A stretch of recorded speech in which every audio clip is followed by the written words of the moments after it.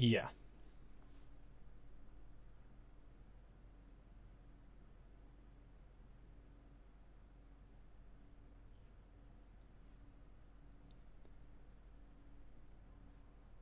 I don't know how to get rid of the clicking in the, but whatever. Let me share this thing.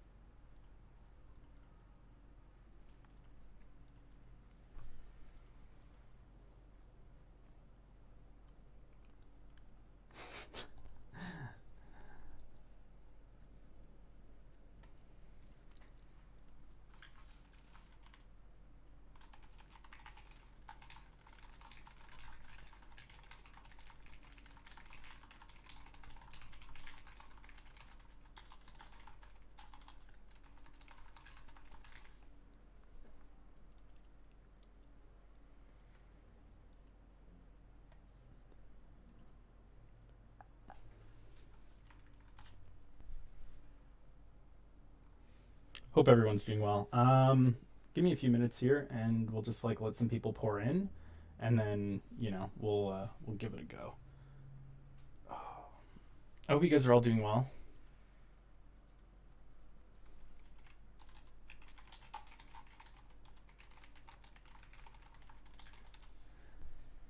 It is I.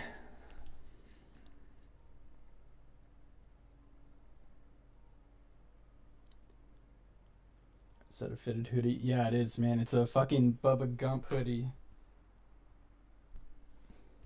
Yeah, man, it's dope. I found this at an airport in Mexico, I think. It's fantastic. It's comfy as hell, too.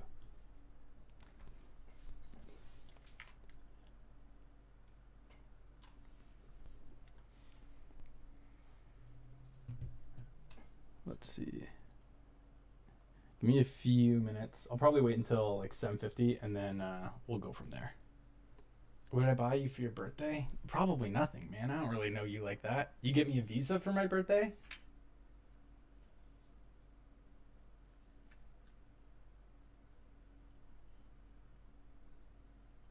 But on the real though, some of this I was going through the script for this thing and like it's gonna get kind of in the weeds, man. So I hope everyone brought their thinking cap. I'm gonna try and remove some of the big brain stuff that I see. Like if I think that I don't, if I believe that you don't need to know it, I'll probably try and skip it. So yeah. But without further ado, 7:47. I don't know. I got like 230 people in here. Let's just kick it off. So obviously, my name's Jersey J. I'm here doing another Trade at Ease educational seminar. Today we'll be doing a deeper dive into how we think about swing trading with options, followed by a Q&A in the Trade at Ease Discord for members only. We're probably going to have a live Q&A with a few institutional options traders. My boy Casey, the smartest guy I know, is going to be on there answering all the questions that you have. For those of you who are somehow unfamiliar with Trade at Ease, shame on you. Probably kissed your dad. I don't know how you don't know about it. But we're a trading community focused on education, helping traders improve and become independent, yada, yada, yada, yada, yada. We have tons of people with institutional experience who have a lot of knowledge to share. They decided to put this little seminar for you, put the seminar together for you, and I'm the dipstick who has to like spit knowledge at you. We primarily focus on options, futures, and equities, and host daily morning live sessions from 9 a.m. to about 11 to 11:30, depending on how busy the market is, which provide real-time analysis, daily market recaps, some live trading, but definitely a whole lot of education and analysis. You can find the link to join the Discord server and sign up for a membership in the description. I think there's like a 25% off coupon code down there, so check it out. If you don't want to become a member, I don't care, but I'm judging you. But in any case, sit back, relax, I don't know, enjoy some free knowledge. Who cares? So we're going to start this off by dividing this entire lecture into 3 slides. We said that it was going to be short, and then I kept taking a look at this document, and it just kept getting freaking longer and longer. And I think we got it up to like 40 slides. So, like, I'm going to try and speed through this because, you know, you'll always be able to go back and watch this at a later date, but don't leave the live chat right now because I need some homies. So first we'll go over the basics of swing trading. Then we'll dive into some deeper options theory to help you understand the components of options pricing so that you're able to construct an appropriate options position, I guess, as you start trading. And lastly, we'll go into different swing trading strategies and examples. If you haven't watched our last seminar on options risk management and market profile, go check it out. It's at the Trade at Ease channel. Like this one, like literally just click freaking below me and like you'll see it. We won't be going through all that content today. So, you know, just kind of enjoy what I'm spitting at you. So what is a swing trade? Swing trades are trades that aim to profit off larger time frame moves in price. I'm sure most of you guys already know this, but usually they take from several days to weeks or even longer, as opposed to intraday trading, which we typically start and end the day flat. Pretty simple. Generally, we hope to capitalize on a large move in the market, like a trend flipping from bullish to bearish, or a balancing market into a breakout, like an extended breakout. Because the rewards are higher, we may assume higher risk relative to our intraday trades. Sometimes swing positions may draw down a bit until the move we are anticipating begins to materialize. But in many cases, this isn't really that big of a concern because you're prepared for it, right? Like if you know that you're getting into a longer time frame trade and you know that the market's going to be wild, then you're expecting to experience some drawdown, right? This isn't like, you're not trying to thread a needle in the market here. You're like, oh shit, like I got this like general idea that the market's going to turn upwards. So, you know, let me be prepared to take some heat on this idea. So that's great, Jay. Now I know what a swing trade is. Thanks, idiot, as if I didn't already know. How do you know to enter a swing trade? Here's some shit that I like to look for. One key is looking for exhaustion of a current market trend. For example, if the market has been selling off for quite some time, we want to see if there's evidence that sellers are running out of steam.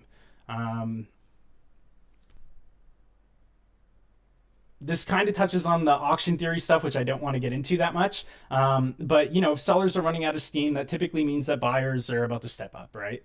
They're ready to capitalize on these really low prices. So if you're familiar with the market profile, you might be looking for things like rejection of a historical value area and evidence of patient buyers accumulating inventory.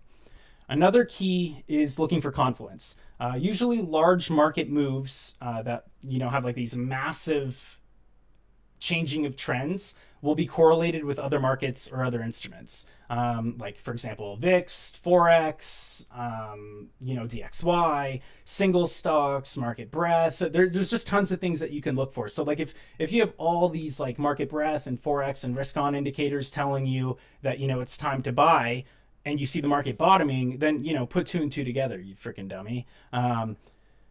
But whatever. Some of the most powerful swing trades come from a result of a catalyst. In order to get the energy required for a swing move, it helps to have some kind of external ignition. FOMC announcements might do this, CPI might do this, NFP might do this, earnings might do this. And the last thing that we have to keep in mind is that since we're playing on a longer time frame, we should be aware of macroeconomic trends. While macro factors may matter less for intraday trading, you generally want to ensure there are not too many macroeconomic headwinds working against your swing trading thesis. For instance, in early to mid 2022, many traders tried buying the dip. I got screwed a little, I'm not going to lie to you, you know, but people were told not to fight the Fed, right? Even if there was some indication of a potential swing long entry, it was important to be extra cautious as the market was in a clear downtrend due to the Fed's tightening policies.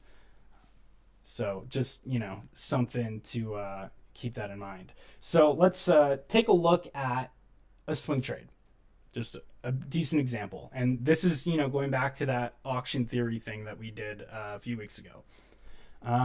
We'll take a look at the mid-October 2022 swing trade. We can see here that the market had just sold off to New Yearly lows, and we can see evidence of a sell-off stalling and patient buyers,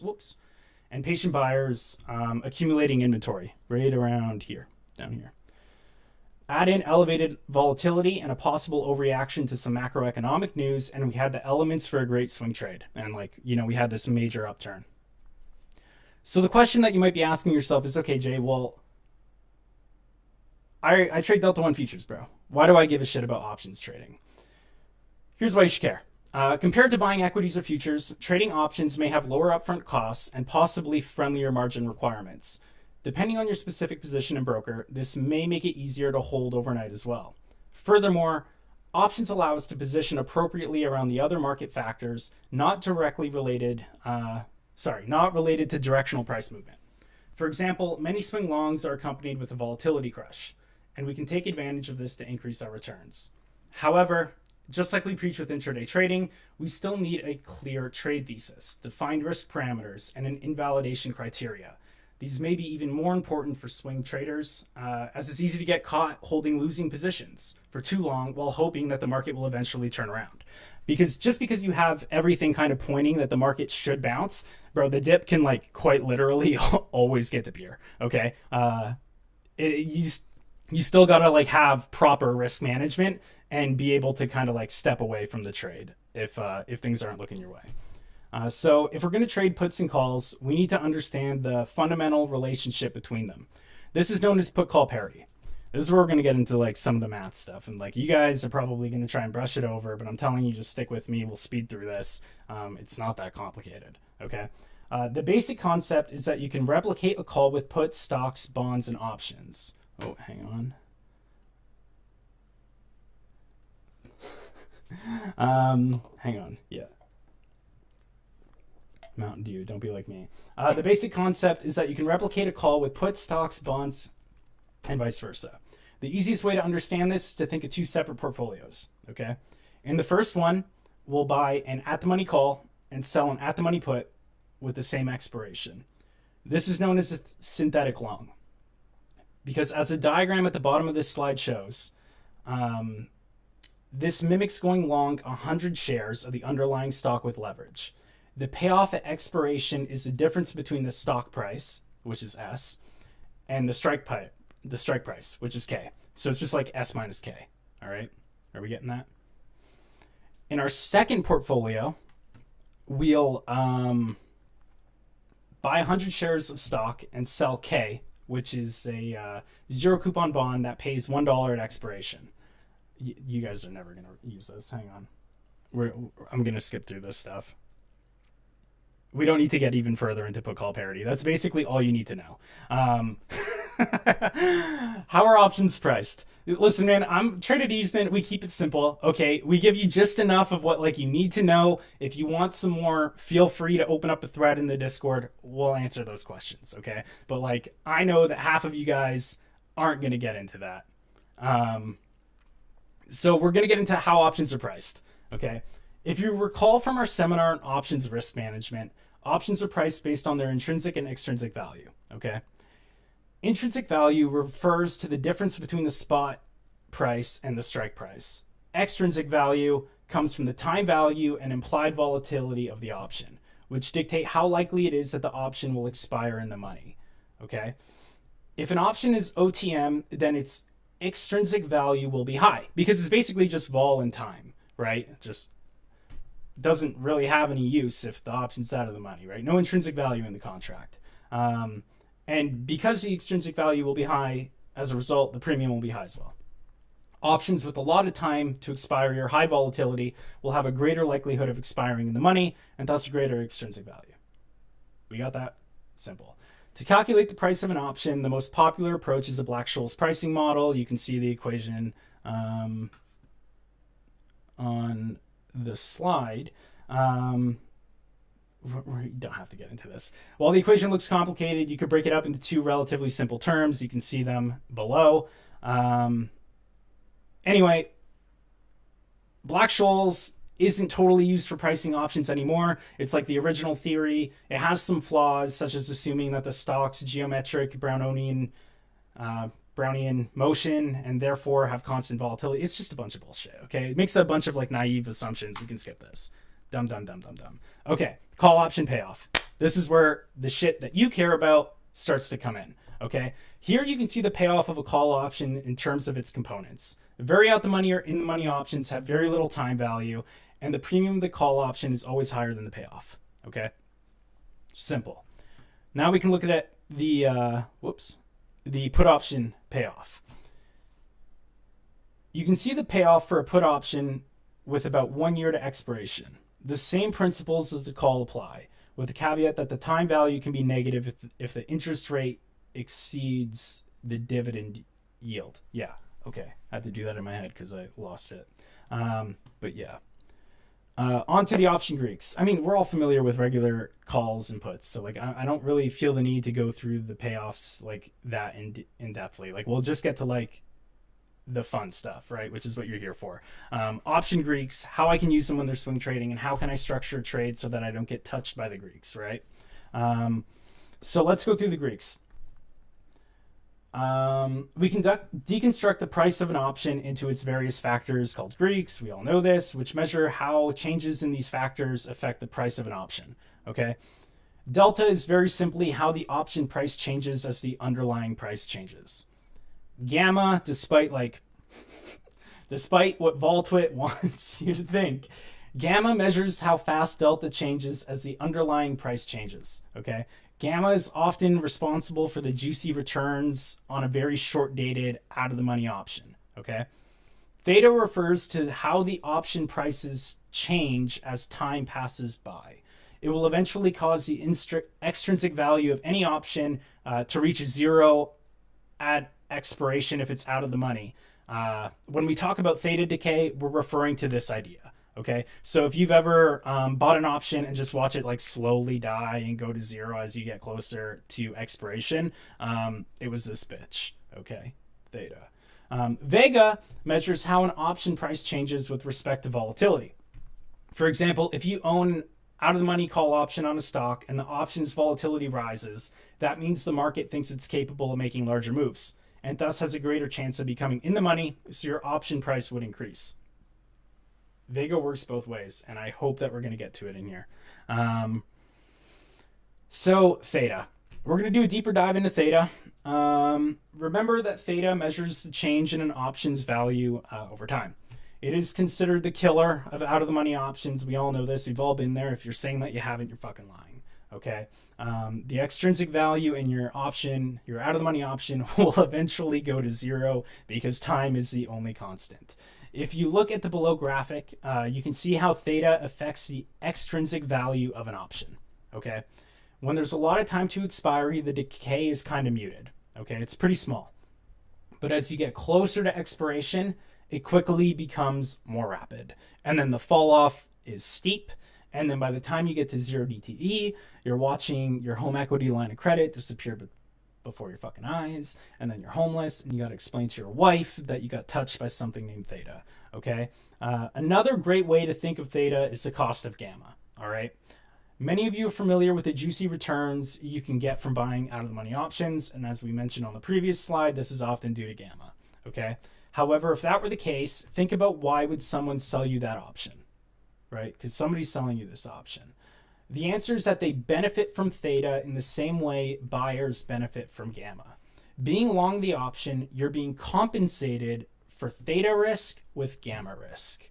And sellers who are short the option are being compensated for their gamma risk with theta. And, you know, if you want, you can go back up, like replay the video, go back to the Black-Scholes model, and you can see how the relationship works. By the equation in the bottom right. Anyway, theta versus spot price of a call. So this graph here shows how theta varies in relation to the spot price, so the current price for a call option. Theta is highest at the money and slowly reduces as the option is further out of the money because there's less gamma risk there, right? So remember that counterparty, they're getting rewarded. When the option is in the money, theta is near zero, as these options have approximately a delta of 1 and thus are priced almost the same as owning the stock itself. So if you ever have like a really deep in the money call, like deep, you'll notice that like it has like 0 theta on it. Let's take a look at theta versus volatility. Yeah, this is a good one.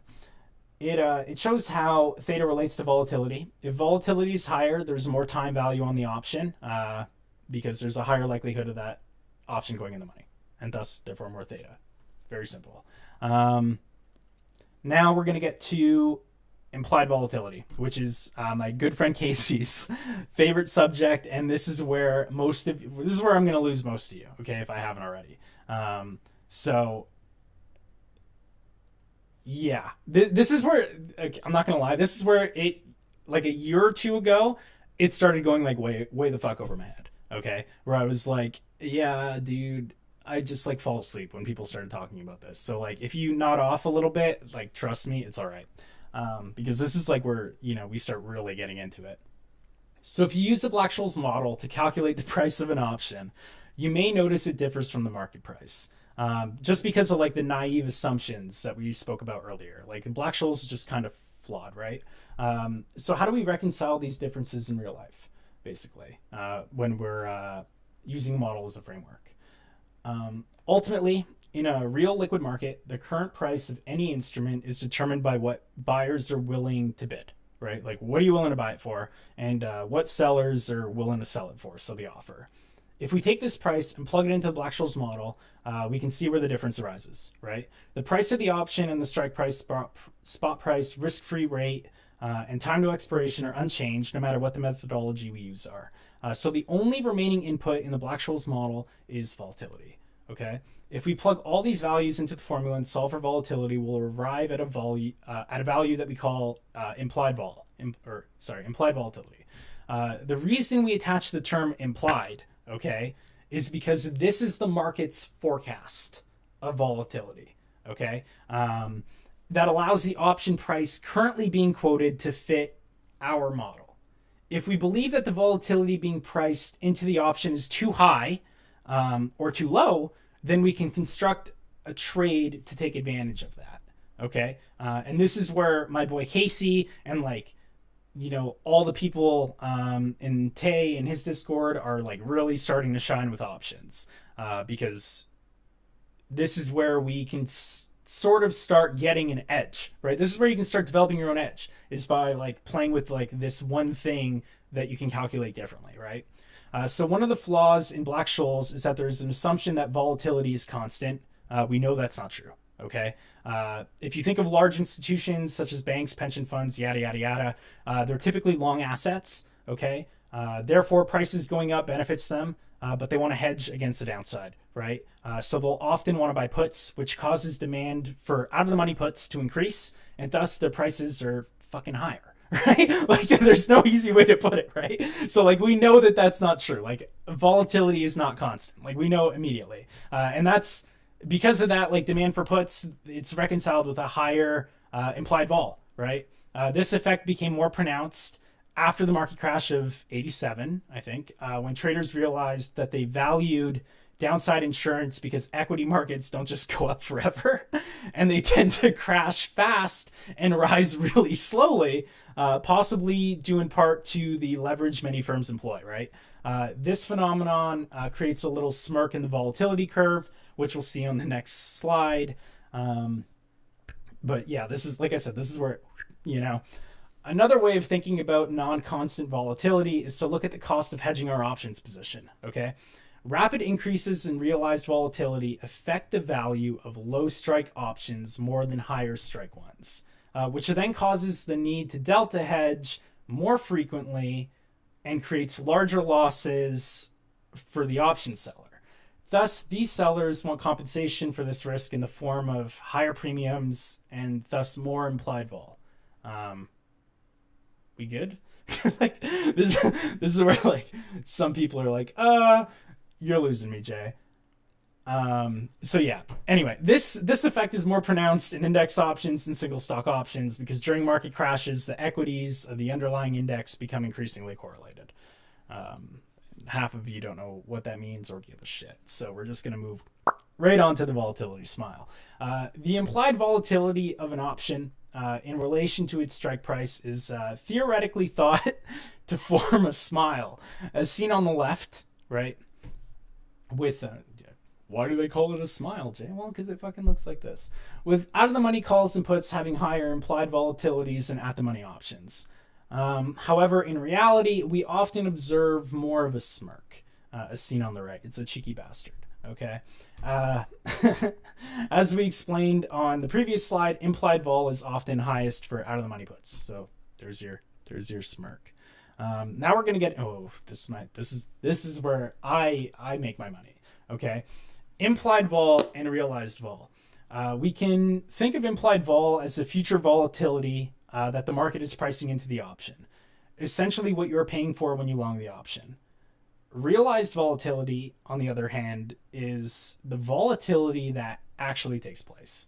If you are long an option on your position, if you're long an option, your position is long Vega, okay, and the realized volatility is greater than the implied volatility, you should make money, okay. So if you're long an option, or you're long or your position is long Vega, and the realized volatility is greater than the implied volatility, you should make money, because that option was like mispriced or like underpriced, right? Consequently, if the realized vol doesn't exceed the implied vol you paid for, then you're probably going to lose some money. This phenomenon, especially when it's extreme, is like vol crush, right? Volatility crush. We're all very familiar with it. Point to the doll where Vega touched you. Like if you ever bought an option during like the meme squeeze and then we're like, wow, it went like 20 points or like $20 in my direction, but I'm still losing money on my call option. That was Vega. Okay. It touched you and it touched you hard. Okay. The graph on the slide shows how SPX realized volatility compares with VIX, which is a measure of SPX implied volatility. So it's interesting to note that implied volatility is often higher than realized volatility, and that volatility tends to be mean reverting in the long run. And if I have to say volatility one more time, I'm going to punch myself in the fucking face. So I'm glad that we're done with that. Now we're going to get into the fun part, okay? Swing trading strategies, okay? This is like, I wish we could have just started here, okay? But without covering the rest of it, it wouldn't have been useful. So let's get into it. What did we do? We talked about debit spreads on the last one, yeah? Do I have to go through this? Oh, fuck. Okay. All right. A debit spread is a great way to limit your exposure to theta and vega and still profit from directional moves, okay?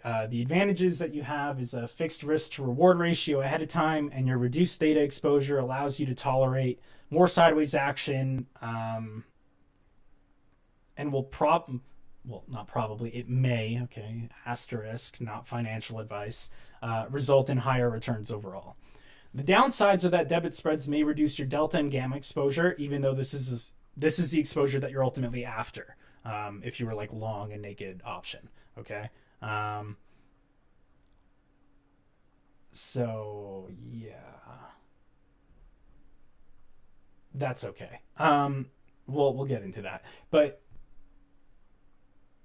it also lowers your exposure to vega and theta, which is primarily what we're after here. Especially if you're a day trader, but we're talking about swing trading. Swing trading, right, has longer time frame trades, right? So it helps to kind of like hedge how much theta you're losing, okay?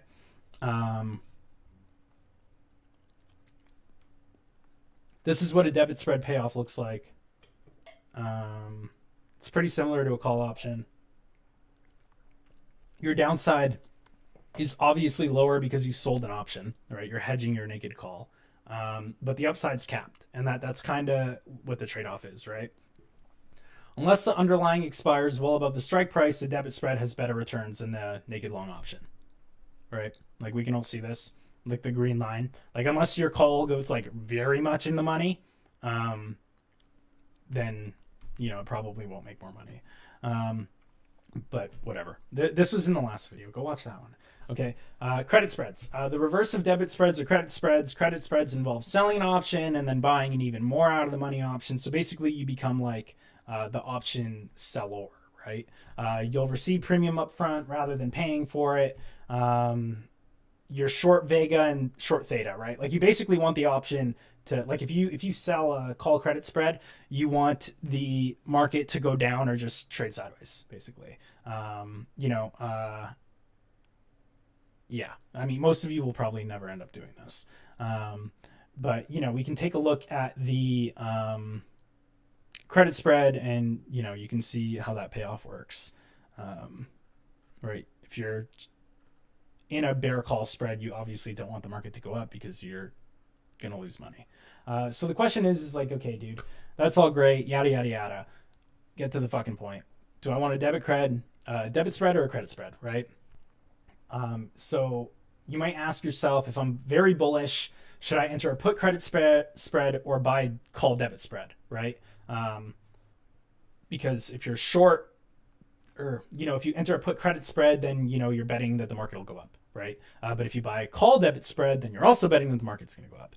So you know, since they're both getting you long, how do you know which one you want, right? The first question that you need to ask yourself is, how high is implied vol, right? Because we just spoke about this, right? If it's very elevated and we're expecting a rally and therefore vol crush, it may be beneficial to sell wider strike credit spreads, so the puts, and profit from this fact if we believe the sell-off is over, right? So that's the first thing to consider. The second thing is, you know, what are you thinking about realized vol? Like, what do you think realized vol is going to be in the future? If we expect realized volatility to be higher than implied volatility, then we might want to be long options, right? Because the short options will be negatively impacted from this move. And lastly, what's the risk to reward ratio? You want to optimize the risk to reward ratio that is compatible with your trade thesis, obviously. If you believe the market has the potential to rise significantly from its current price, then perhaps buying an out of the money call spread is way better. Call debit spread is more suitable because it will likely offer a superior risk to reward ratio than a out of the money put credit spread. Okay. So yeah, now we're going to get into calendar spreads. This is where it's going to get more fun, because that kind of shit's just like basic. This isn't that hard, okay? I see you guys in the chat. You're like, okay, this is why I trade futures. It's not that difficult. This is like kind of basic shit, okay? Like if you're really curious about how this works and you're like, oh wow, this seems really complicated when he's talking about it, go open up Thinkorswim, IBKR, whatever it is, right? Go open up the options chain, okay? Like you can do this right now, like while you're watching this. Go open up the options chain, okay? Right click an option on ES or NQ and create a spread. And you'll see it. Like, and you'll literally see it. Like, we're about to get into calendar spreads and like you're going to hear me talk about them, but the best way to actually visualize this and understand what this position is to just like go make one. Like you just right click in Thinkorswim and be like, you know, I think it's like open position, and then you just like right click the option and then you hit calendar spread. Like for real. Yeah, you can do it with IBKR. You can do it on like basically every trading platform. Definitely just like go visualize it, because like this shit might sound over your head, but it's not. Like it's actually easy. But anyway, we're going to get into calendar spreads. Because I know that I'm going to lose some of you because, you know, you're like, fuck this is hard. But the reality of it is that if you want to trade options for a living, fucking naked options is not the way, okay? Like, I know that nobody wants to hear this, and I know that I'm going off script and I'm not supposed to, but like buying naked call options, 0 DTE garbage is not the way, okay? You're gonna have to learn this shit, okay? If you want to do this for a living, all right? Just straight up. And like, if you're trading ES or you're trading NQ and you want to like get into these longer term positions, you're gonna want to learn how to hedge your long positions, right? Or like hedge your short positions, right? Like straight up, like this is something that you're gonna, anyway, whatever. I mean, you know, just take the advice, don't, whatever. Calendar spreads. Okay. A calendar spread involves buying an option and selling an option with the same strike, but a different expiry. Okay. So just picture that in your head. Okay. You're buying an option and you're selling the same option at different expiries, okay? A simple example is selling a near-term call and buying a longer-term call, okay? This position is short gamma and long theta and vega, with the caveat that you may not profit even if volatility increases, okay? The advantages to calendar spreads are that you have a lower entry cost compared to naked long options, and that because you are short near term options, it is okay and perhaps even beneficial if the market moves sideways or against you in the short term due to your short gamma and long theta exposure. This is a perfect example, yo. Like we just balanced, or like, you know, like 2 weeks ago we balanced for like fucking what felt like forever, but it was actually only like 10 days or something like that. And then we had a huge move to the upside. Calendar spreads, yo. You're short the short term expiration call, right? Because the market's not doing shit. Okay, it's going fucking sideways, but you're long the longer term call, so that when the market finally does break its ass out of balance, okay, you're gonna make hella money. Okay, that's why, like, don't think that this stuff is useless. You know, like it's actually useful. But I digress. The downsides of this, okay, is like being short the, you know, the near expiry and long the longer term one, is that because you're short gamma, sudden moves in price may cause pain. All right, straight up, like, might suck. Just might suck. For example, if you're in a long calendar spread and the underlying blows past your short call strike, you could very well be down on that position even though you are long the further dated options. Okay. Another downside is that you may need somewhat precise timing to benefit from a calendar spread. If you believe that the market will rally in the long term but not the short term, then a calendar spread might be suitable. But if you believe that there could be a strong long-term rally but are uncertain about when it will begin, then a calendar spread could be detrimental. So, like, think about, what's it? I mean, I'd have to open up a chart. But, like, basically any week where you're waiting for news on Friday, okay, calendar spreads are your friend. You know, like, straight up, like, they're your friend. Like, if you're waiting for FOMC or anything like that on like a Thursday or a Friday and it's like Tuesday and you're like, man, this market's not going to do shit until JPOW opens up his stupid ugly mug, okay, sell the short-term call, the call expiring that day, you know, out of the money, long the out of the money one for Friday when JPOW starts talking, right, or whatever. You know what I mean? Or if you're doing it for earnings, this works too. Anyway, I digress. Let's take a look at the diagram. The diagram shows the payoff of a long calendar spread at a strike price of $100 at and prior to the expiration of the short call. Okay. Because we're short gamma and long theta, we benefit if there isn't much short-term movement in the underlying, right? So you can see from this chart how this works. After the short call expires, your profit potential like moons, basically. But now we'll get into calendar spreads and gamma. Okay, the graph on this slide shows the impact of time to maturity on an option's gamma, which is useful for understanding how our gamma exposure develops with the calendar spread. Although we are long the further dated option, gamma is much more sensitive for near-term expirations, which is why all these, I don't want to say all of them, but like these gamma services that like tweet like SPX, like gamma walls at like throughout the day and how they're like migrating, you know, like, no, there's a gamma wall. Like we opened at, like, let's say we opened at like 4,000. They're like, oh my God, there's a gamma wall at 4,000. And then, you know, later in the day, we're trading at 4,020 or like 4,030. And they go, oh, there's a gamma wall at 4030. Well, yeah, motherfucker, that's how it works. Like gamma becomes like, what are you talking about? This is fucking how it works. I don't know. I have an issue with those services. It just doesn't make any sense. But you know, we'll digress. I mean, like a really quick Google on gamma will answer a lot of questions. But we'll talk about Vega and calendar spreads. Okay. So on the flip side, the graph here shows how Vega is higher for longer dated options, as we explained when we spoke about an options time value. Okay.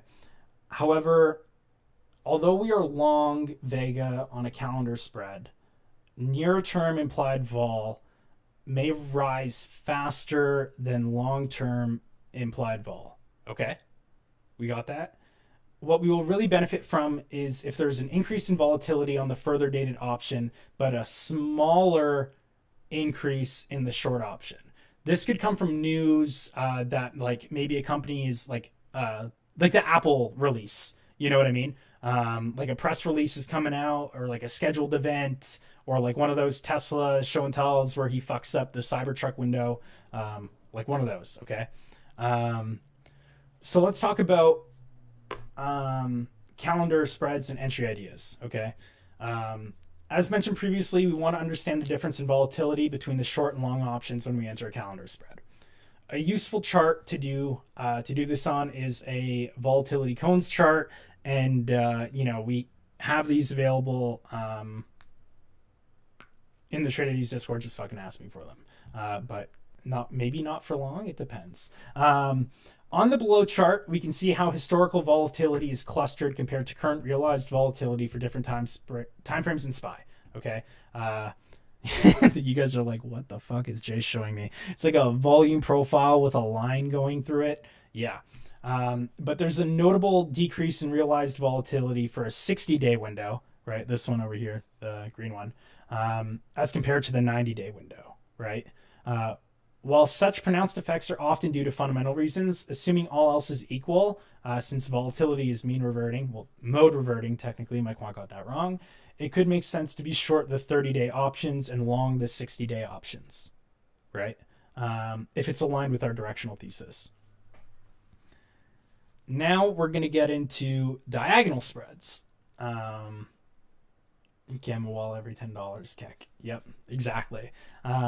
Diagonal spreads are pretty similar to calendar spreads, except that the short option can have a different strike price and a different expiry than the long option. A popular example of this is the poor man's covered call, right? Which involves buying a long-term in-the-money call option on a stock and selling the shorter-term out-of-the-money options against it. Much like owning a stock and selling covered calls on it, but with a smaller upfront cost, right? And again, if this is kind of going over your head when I'm talking about how these things are, like how these positions are made, open up your broker right now, open up the ESF options chain, go from there, okay? Just like right click it on Thinkorswim and go like create that diagonal spread, okay? Advantages of a diagonal spread include the flexibility to continually roll your short leg and modify it to maximize your risk to reward ratio. Okay, rolling just means you're selling it and going to like a later date. For example, if you're employing a poor man's covered call strategy and the underlying falls, you could then roll your short call out and down, right, to a lower strike to acquire more premium and lower your entry cost, right? So like if you have the strategy going on Tesla and Tesla opens and is down like 3%, like it often is because like Elon said something stupid as shit, then you would just like roll that call spread down, right? The downsides to a diagonal spread are that similar to calendars in that a lot of short-term realized volatility can be painful, right? Realized vol, like a lot of it in a really short time frame is not your friend here. Okay. Furthermore, if you sell a less out of the money option than the one you were long, your position begins to resemble a credit spread, which has the downsides we spoke about on like the previous slides, right? Thought you were playing Harry Potter all day? Dude, I wish I was playing Harry Potter all day. I got conned into teaching 300 people about option spreads. Jesus. We're going to keep it going though. Straddles and strangles. Okay. Not the kind of strangling that you do on your wife when you have a bad day in the market, okay? A straddle involves buying a call and a put on the same underlying at the same strike and expiration date, okay? A strangle is similar to a straddle, but the calls and puts have different strike prices. Cool. Again, if you're struggling with this, I'm going to say it for the third time, open up your broker, go to the options chain, right-click that shit, say create straddle or create strangle, okay? These are the purest expressions of a volatility trade. Okay, this is what PB investing uses to make money trading from his homeroom on FOMC. Okay, this is how he makes $5,000 further less. Okay, from my classroom trading options. Okay, come on. Anyway, these are the purest expressions of a vol trade. All right. Since you are usually delta neutral to start, but long vega and therefore benefiting when realized volatility exceeds implied vol. Okay. You can also use straddles to estimate the implied move of the underlying. A popular method is to multiply the price of the at the money straddle by like 1.25 or so. Okay, give or take. Advantages to straddles and strangles are that you have exposure to both directions and that you can gamma scalp against the position of profit over time. All right. This is what my boy Marco K does, and he does it pretty well. But now he just like hedges MBSs or something. The downsides are that because you're long both calls and puts, the upfront premium is usually higher. Okay. You also need realized volatility to exceed implied volatility, which often does not happen. Okay. And lastly, since you're long two options, you have more theta decay as well. But like, you know, you're probably going to use these ones in pretty niche scenarios. Okay. Jay, the bottom's side of the screen is cut. I can't help you, bro. That didn't work. Did that work? I think that worked. I think I got it. Whatever. Yeah, that's it. You're not reading my bro. I'm like, you don't need the screen when I'm spitting knowledge at you. Okay. Hedging option positions. All right, this is where you should care. Like, if you didn't listen to anything else, listen to this. Okay. While hedging option positions is deep and complex, we'll quickly go over a couple of popular methods here. Okay, first you can delta hedge, which involves buying or selling shares of a stock to achieve neutral delta exposure. Okay, second you can gamma scalp, which is similar to delta hedging. You typically start off with a delta neutral position and then long or short stock along the way to offset the theta decay. Okay, lastly you can scalp futures intraday, which is what we do. For example, when we are bearish on the index and net short delta on our options, so we're long puts, we will play the long side on the index futures with appropriate sizing to hedge our exposure and possibly even turn a profit, right? Like, I don't have a problem taking some longs in a downtrending market if I'm long puts and I'm like playing the other side, right? But if the market is sideways or rallies significantly, you know, like, I'll profit from my long futures position and offset any losses or like capture some of the unrealized P&L for my options trade, right? So this is where I'm like, again, if you want to trade for a living, even if you trade futures, you can smooth out your equity curve, you can bolster your returns if you employ options trading, as long as you're not doing it like an idiot, which is why we're hosting these seminars, so that hopefully you can learn. And then, you know, we can start incorporating this into the TAVE room, because as you guys know, most of my trading is done through options. You know, I do some futures trading, but yeah, anyway. Let's get into the swing long, okay? We're going to go all the way back to October 2022, time machine. Our initial weekly market profile graph, which, you know, we were talking about buyers accumulating inventory down at the bottom. We have the buying tail. It traded sideways, the market put it in excess low, and then it fucked off and like went way higher, right? This is like a classic sign of a market reversal, right? Let's say that after analyzing this action over the weekend, we wanted to play a swing long trade on Monday, right? I don't even know what day this would be, like the 17th or something like that, where SPY opened at a price of, I don't know, 365 or something. Based on this data, let's assume our thesis was that we expected the market to rally into the end of the year, but that because we'd sold off significantly leading up to that point, we believed it would likely take some time for volatility to crush and the market to turn around, right? Not that uncommon, right? We see this all the time. In other words, we expected the short term to be choppy and slightly bullish, and the long term to be like very bullish, right? Let's also assume that we didn't have any positions prior to this. Fair? Or like hold any positions to roll over and quad witching and all that other garbage. So we'll exit everything on December 5th. So, how do I get this into... I don't really like how this is going to be presented. That's fine. We'll roll with it. The simplest trade... Everyone, sear this photo. Sear this photo into your brain, okay? Sear it into your brain. We're gonna start talking about this on the next slide.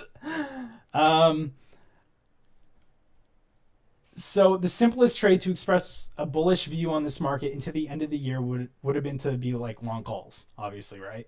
If we bought the SPY 400 calls for December, we would have achieved a 125% return. Not bad, but we can do better. You might be thinking, if we expected a bit more muted action in the short term, wouldn't it have made sense to enter a calendar spread instead, right? Like we just spoke about it. Like you're going to be short the near-term call, long the longer-term call.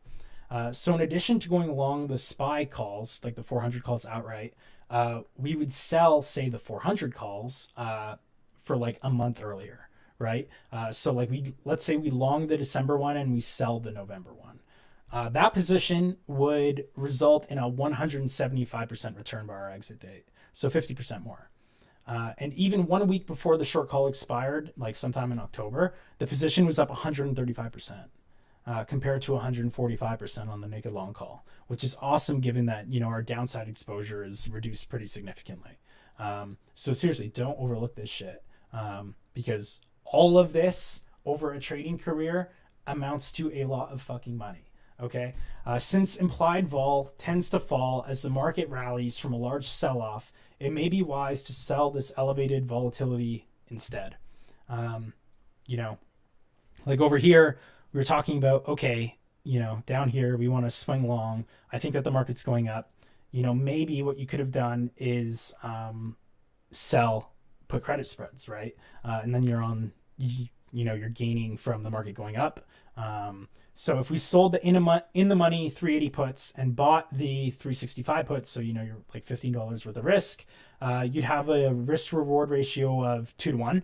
While this might seem like a worse trade up front, your win conditions are more likely, right?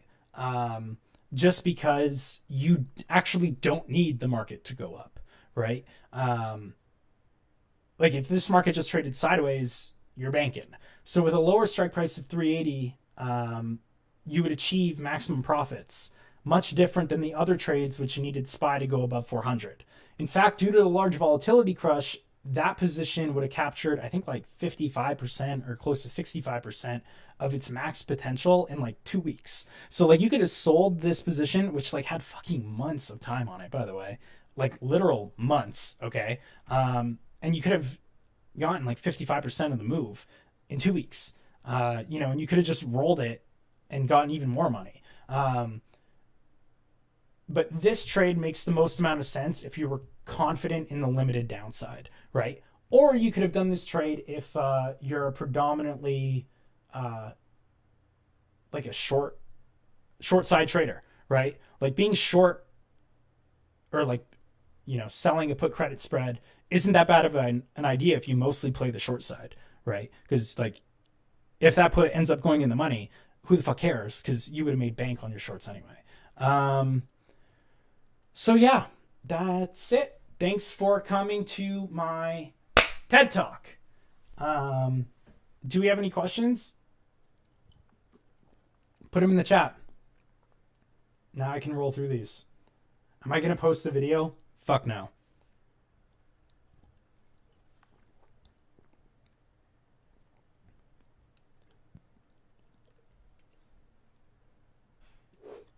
Sucks you got in late.